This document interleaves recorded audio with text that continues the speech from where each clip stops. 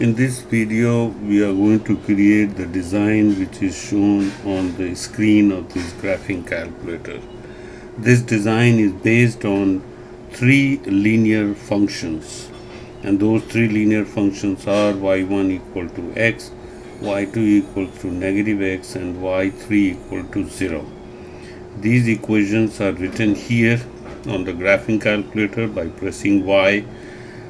Y3 is a line segment whose domain is restricted or is between negative 10 and positive 10. After having these three equations written, I'm going to use the zoom and then select 6, which is the standard window, and then again press zoom and select 5. By doing this, the window will become the square window, which is zoom 5. So let me do the zoom and press 6 first. So this equation, you can see this is not a square, it is a rectangular. But now if I press zoom and then press 5, it becomes this. So this is the graph I have. Now I'm going to shade the area and I will select the area individually. So I'm going to select the area above this function, which is y3, and below y2, which is a negative slope. The shading instructions are given here, and it should be according to the instructions here. First you have to write the lower function, then separated with a comma, upper function separated by a comma, and then x left and then x right. The last two entries, which are pattern and pretrace, will be used later. Now I'm going to use the first shading, and I'm going to create this area. I'm going to shade this area which is above this function, which is above y3, below y2, is starting from negative 10 and is stopping at 0. In order to do the shading, I'm going to do second and then program. Second program, this window comes up and you can see the shading instructions can be done by using 7. You can scroll down or you can press 7 directly. So after I press 7, I got this window. Let me do it one more time. I want to have the clear screen. So I did clear and then again clear. I'm going to do it the second program and then 7. That gives me shading instruction. Now in here I have to write the lower function, which is y3. y3 can be written here by using vars. This is the vars. Then move to y vars, which is the function, and then number 1 is the function, and click 1. Then you get all the choices which equation you want to paste. Now I want to paste y3, so I will press y3. That comes here. I will make comma and then I will do y2. Again I will do vars, move to y vars, press enter, and then I will select number 2. So this takes care of the lower function, upper function. Now I have to write the x left from where the shading will stop, and x right where the shading will the first one is where the shading will start, and the second where x right is where the shading will stop.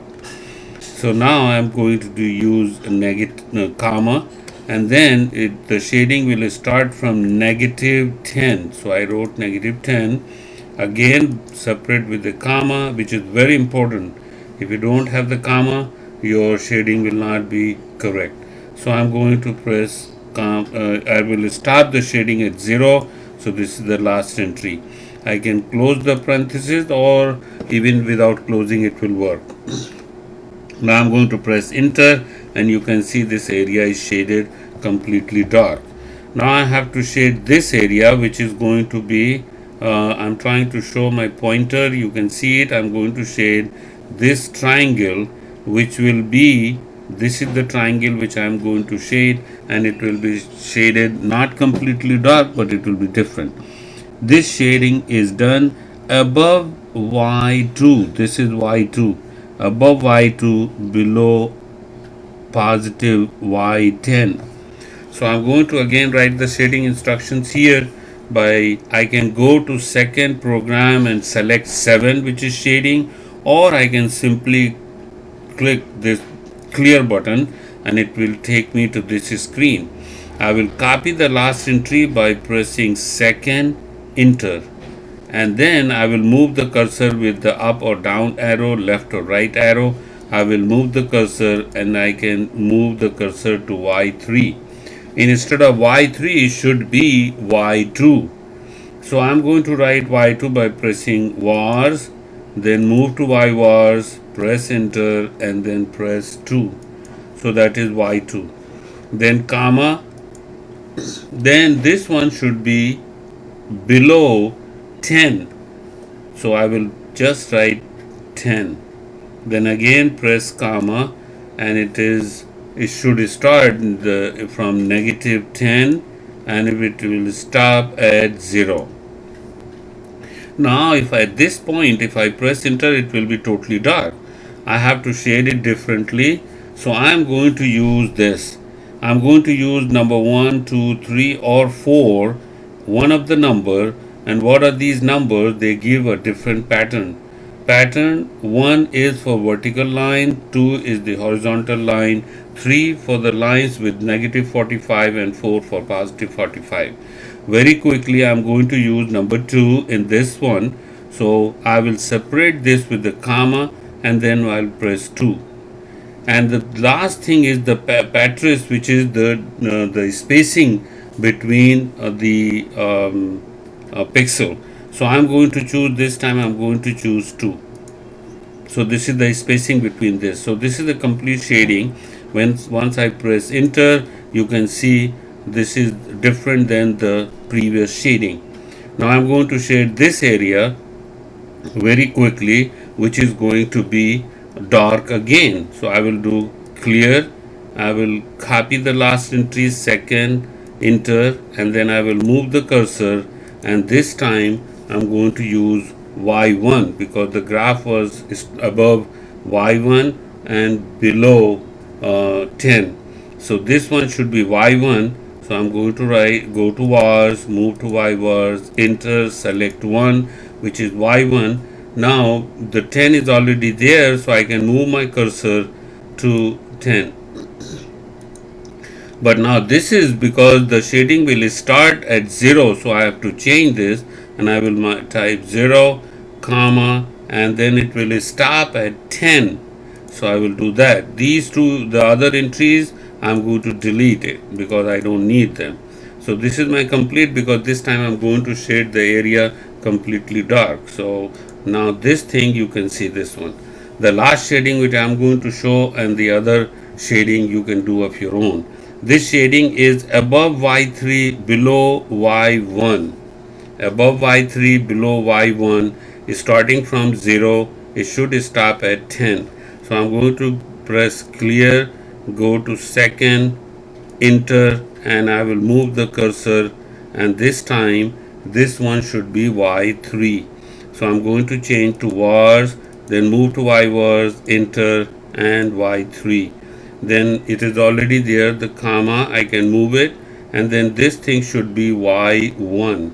So I'm going to go to vars, in y vars, and then I'm trying to write number 1. Then separated with comma, is the shading will start from 0, will stop at 10, and I don't want to have the dark, so I'm going to have the other instruction. This time I'm going to use 3, so I will type 3, then separate it with comma, which is very important, and type 3 again. Now this time the pixel difference is going to be every third pixel. So this is the shading command, and I'm going to press enter. Now you can see that these are all different. Now other shading areas, I have written the commands here and how the design will look like. Because of the time, I'm going to just move this my the sheet up and you can see it here. So we did up to here, and you can see all of these is going to be here. Like once you do this shading, it will be dark. All the shading instructions are written here. You can follow these worksheet, and you can try this part, then this one, and that one. After you finish shading, you can write your name like it is here, writing text. You can follow the instructions written here, and then you can write your name or any other message or anything, you can write it. The last thing is this, which you can store the design by pressing second draw, which is completely here. Just follow the instructions here and you can store the design. Once you store the design, you can delete all the equations and you can recall the design anytime later. I hope you enjoyed this designing technique. This design, the one I showed, is the simple linear equation. You can use linear equation with the combination of the quadratic, cubic, trigonometric functions and any other design. If you can write the equation of a function, you can shade the area between the curves. I hope you will enjoy this thing.